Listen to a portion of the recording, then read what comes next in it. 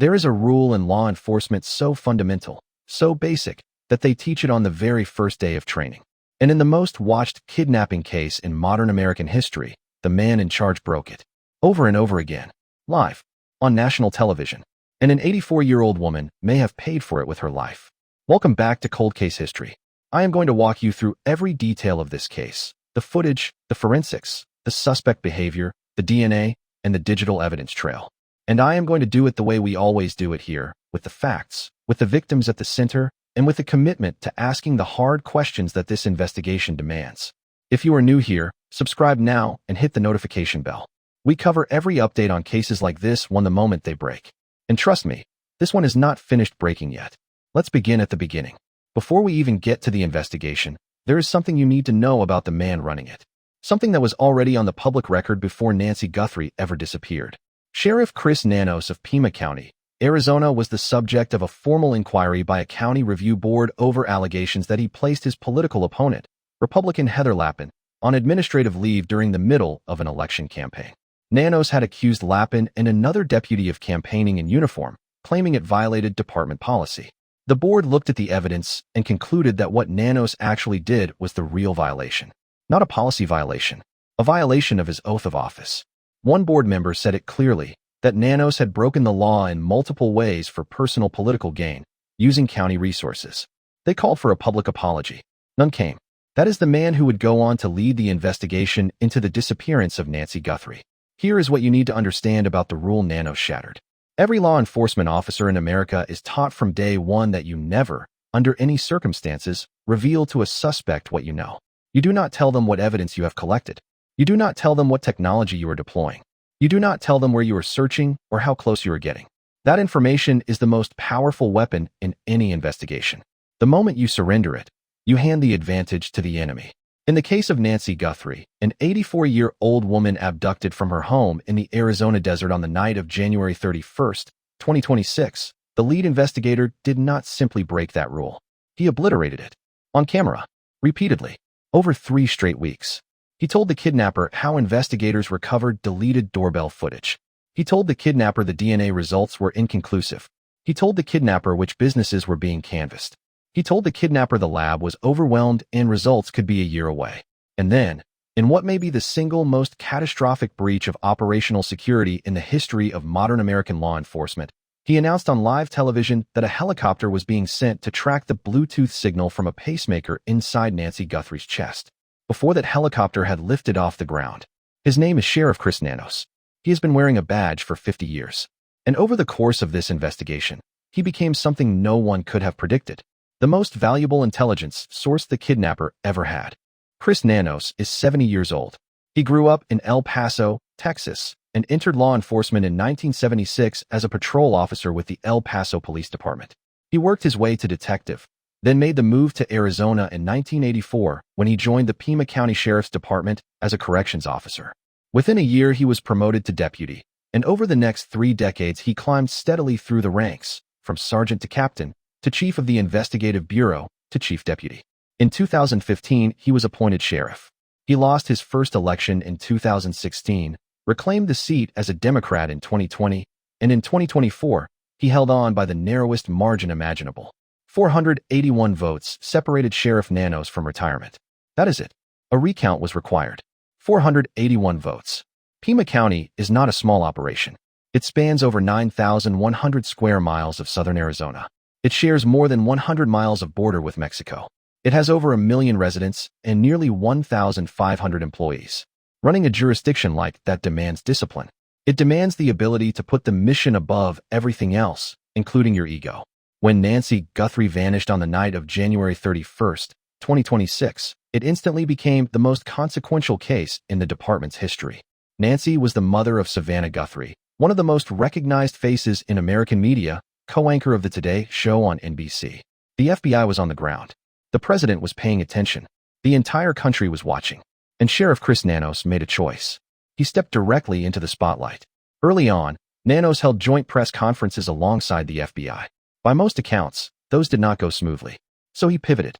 He cut out the open briefings where any journalist could ask any question, and instead began granting hand-picked one-on-one interviews to selected reporters. He was deciding who got access, He was shaping the story. And in doing so, he positioned himself as the public face of the investigation. Not the FBI, not the detectives doing the actual work. Him. The people inside his own department could see it happening. Sergeant Aaron Cross, president of the Pima County Deputies Organization, the union representing the officers working this case, went on the record with the New York Post and said something that should have stopped everyone cold. He said it is a common belief inside this agency that this case has become an ego case for Sheriff Nanos. That was not a pundit. That was not a retired agent speculating from the sidelines. That was the head of the deputies union, the boots on the ground, saying their own sheriff had turned a kidnapping investigation into a platform for himself. An anonymous law enforcement source went even further, describing what Nanos had done as turning a serious investigation into a rolling spectacle, citing questionable decisions, shifting accounts, and a media cleanup tour that generated more confusion than clarity. And former Pima County Chief Deputy Richard Carmona, a man who knows this department from the inside, praised the rank-and-file officers working tirelessly on the case while drawing an unmistakable line at the leadership level. He called certain remarks from the top deeply embarrassing. While his department was supposed to be hunting a kidnapper, Nanos was fighting culture war battles in the media. He clashed with News Nation anchor Brian Eden. He pushed back against Newsmax. He took issue with a graphic that listed 10 investigative failures that aired on television. He was running media defense operations while an 84-year-old woman was missing. And layered beneath all of that, the Pima County Sheriff's Department is the subject of an A&E reality television series called Desert Law. To be fair, Nanos himself reportedly chose not to appear on camera, and the first 2 seasons were produced in 2025 before Nancy went missing. But the fact remains that his department is being filmed for entertainment television while simultaneously failing to close one of the highest-profile kidnapping cases in recent memory. There is no way to frame that as anything other than what it is. Now, before we go any further, because this story is about to get much worse, if you want to stay updated as this case develops, take a second right now and hit subscribe. Share this video. What happens next in this investigation could change everything, and you do not want to miss it. Every investigation runs into walls. Evidence degrades, technology fails, leads evaporate. That is the nature of the work, and no one expects perfection. What separates a competent investigation from a compromised one is not whether mistakes happen. It is whether those mistakes are contained, corrected, and shielded from the person you are trying to catch. In this case, the mistakes were not contained. They were announced. Let us go through them one by one. The first failure. The crime scene was released before investigators had finished working it. Nanos admitted this himself to the Arizona Republic. His department released Nancy Guthrie's home prematurely and had to return days later to collect additional evidence. In a kidnapping where trace evidence, fibers, hair, skin cells, shoe impressions, can be the entire difference between identifying a suspect and losing them forever, that is a catastrophic lapse. It was made worse by the fact that media crews were able to access and photograph blood droplets at the property before everything was properly documented. And then Nanos admitted the mistake publicly, which means the kidnapper now knows the primary crime scene may have been compromised. That is not just an error. That is a gift. The second failure. The sheriff's department had a high-tech search aircraft ready to deploy when Nancy was reported missing around noon on February 1st. It never launched. The reason? The pilot had been disciplined by Nanos following a personal dispute and reassigned to street patrol. The aircraft sat on the ground for several hours while a missing elderly woman was being transported further and further from home. A law enforcement source told Fox News Digital that 3 hours in a search for a vulnerable adult is an eternity. 3 hours. Because the sheriff had a grievance with his own pilot. The third failure, and this one gets to the heart of the power struggle that has shadowed this entire investigation.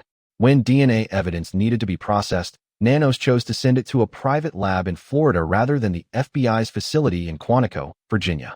Let that sink in. The FBI, the agency with the most advanced forensic capabilities on the planet, was present and ready. And the sheriff sent critical evidence to a private lab in Florida. When pressed on the decision, he said it was about keeping related evidence in one place for consistency. People inside his own department said it was about something else entirely. Control. Keeping the FBI out of the driver's seat.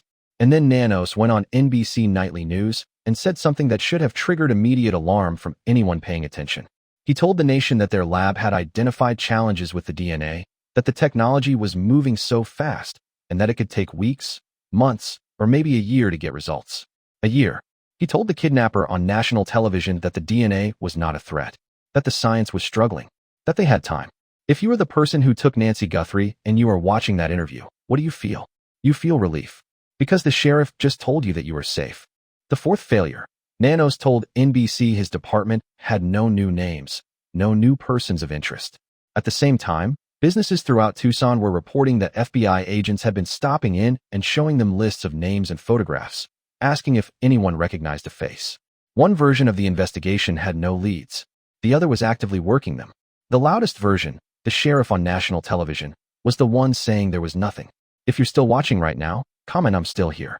This story is about to take a turn no one expects. Nancy Guthrie had a pacemaker, a small device, roughly the size of a $50 coin, implanted in her chest to regulate her heartbeat. It ran on Bluetooth low-energy technology and, according to the manufacturer, had 6 or 7 years of battery life remaining. Critically, even without Nancy's phone, which had been left behind at her home, that pacemaker was still working. Every 2 to 3 minutes, it emitted a Bluetooth signal, automatically attempting to pair with a nearby device. As long as Nancy was alive anywhere, that signal was pulsing. Like a heartbeat you could detect with the right tools. The FBI had the right tools. A signal detection device, capable of being fitted to a helicopter, a drone, or a ground vehicle, equipped with an amplifier and a high-gain directional antenna that could sweep wide areas of terrain and identify the unique identifying code of a specific Bluetooth device. If investigators could get close enough, they could pinpoint exactly where that pacemaker was. That meant they could pinpoint Nancy. This was the investigation's one genuine advantage. The kidnapper almost certainly had no idea the pacemaker could be located remotely. They may not have even known she had one. The entire strategy depended on secrecy. Move the technology into position quietly. Scan without announcement. If the signal is detected, you know where she is. The case breaks wide open. Instead, it leaked. Fox News broke the story first, reporting that a Pima County helicopter equipped with an FBI Bluetooth tracking device was being deployed to search for Nancy Guthrie's pacemaker signal. Then an FBI official confirmed to News Nation that sophisticated tracking technology was being used. Then the sheriff's department released a public statement confirming investigators were attempting to locate the pacemaker and working with the manufacturer and outside experts. It was everywhere. Every network, every news platform, every social media feed in the country. The single covert advantage the investigation had was now the lead story on every screen in America. On February 19th, President Donald Trump was asked about the case aboard Air Force One. His response was direct and devastating. He said he did not like that they had talked about going after the pacemaker before they even started going after it, because the person holding her would simply make sure that did not happen. He said he could not imagine why anyone would do that in terms of strategy. Let those words settle. The President of the United States, not a detective, not a forensic analyst, identified within seconds what should have been blindingly obvious to every professional involved.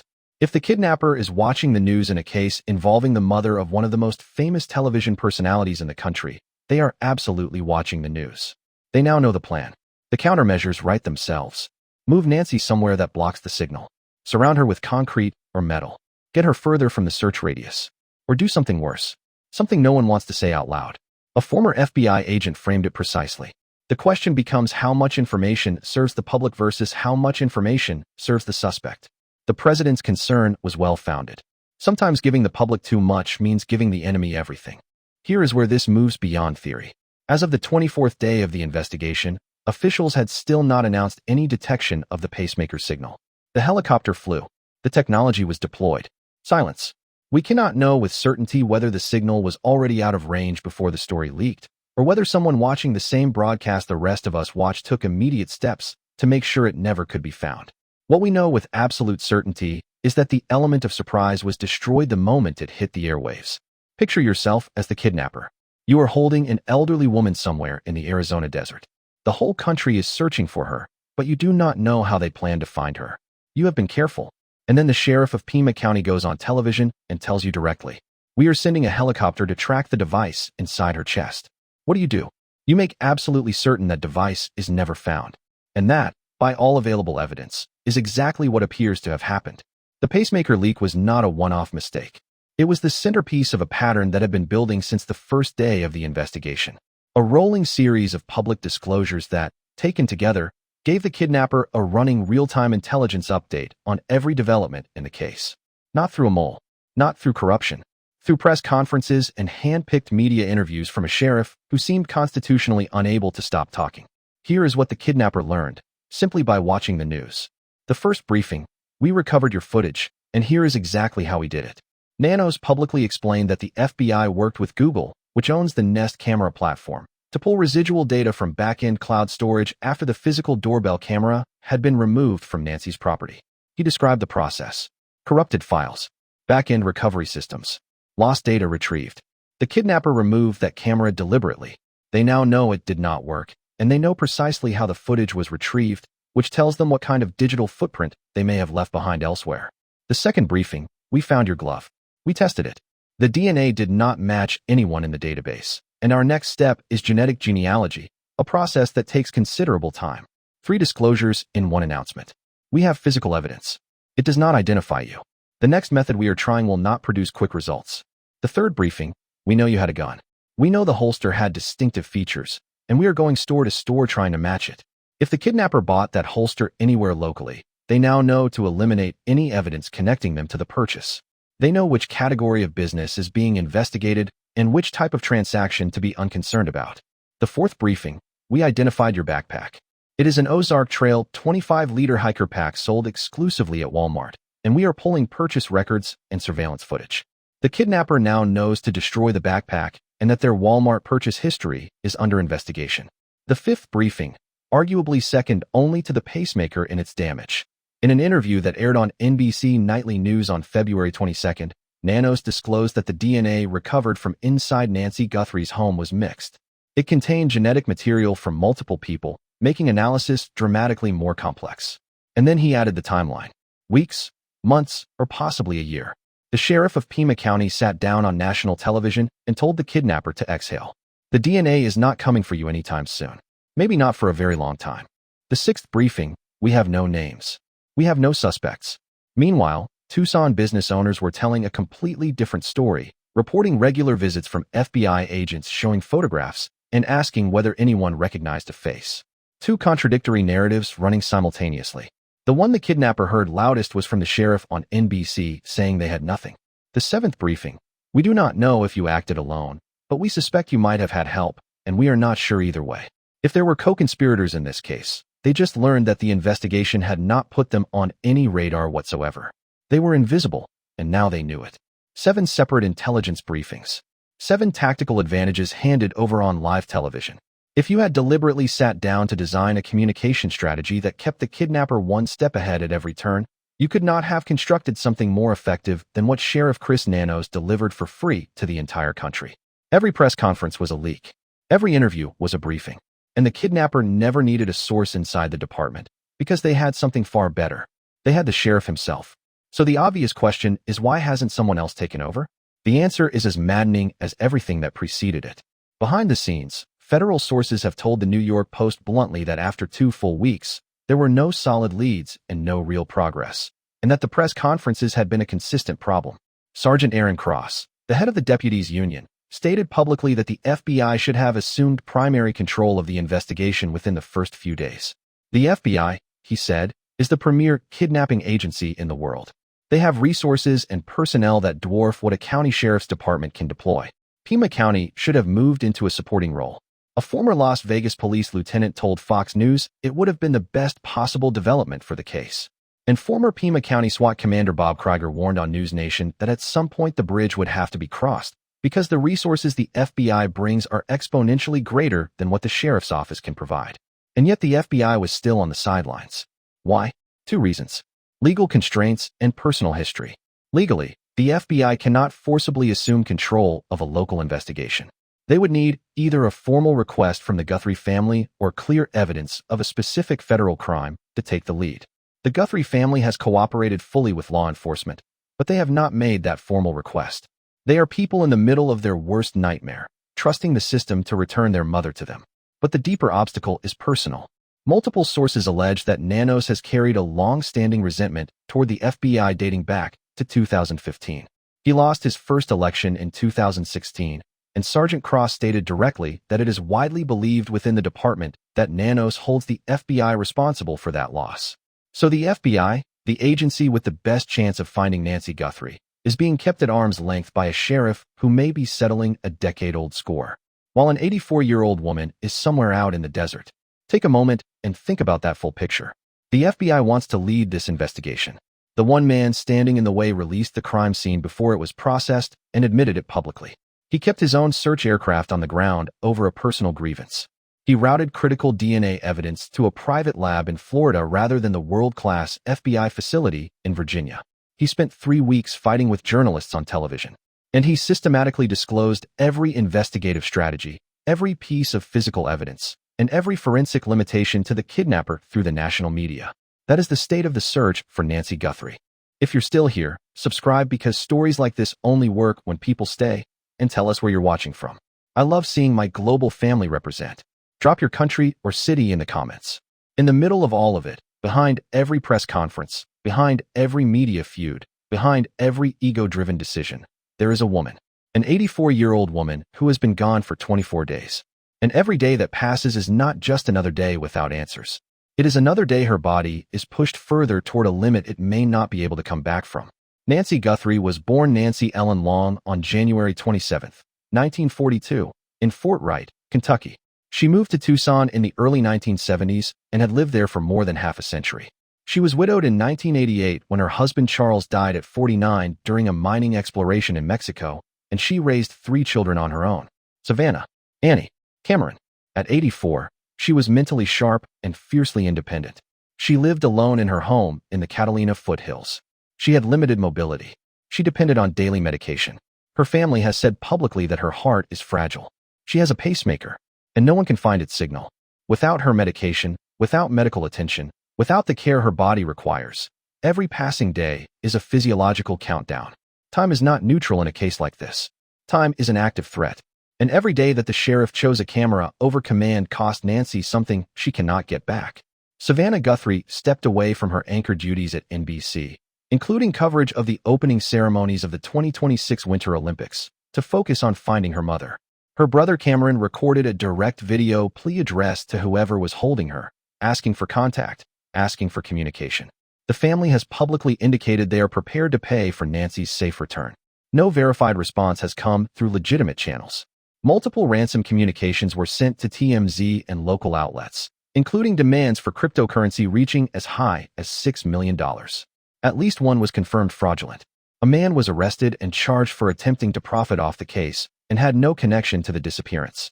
A second, more sophisticated communication arrived later demanding a different form of cryptocurrency and including descriptions of what would happen if the demand went unmet. Its authenticity remains unconfirmed. The reward for information now exceeds $200,000, fueled by contributions from the FBI, the Pima County Crime Stoppers affiliate, and a substantial anonymous donation.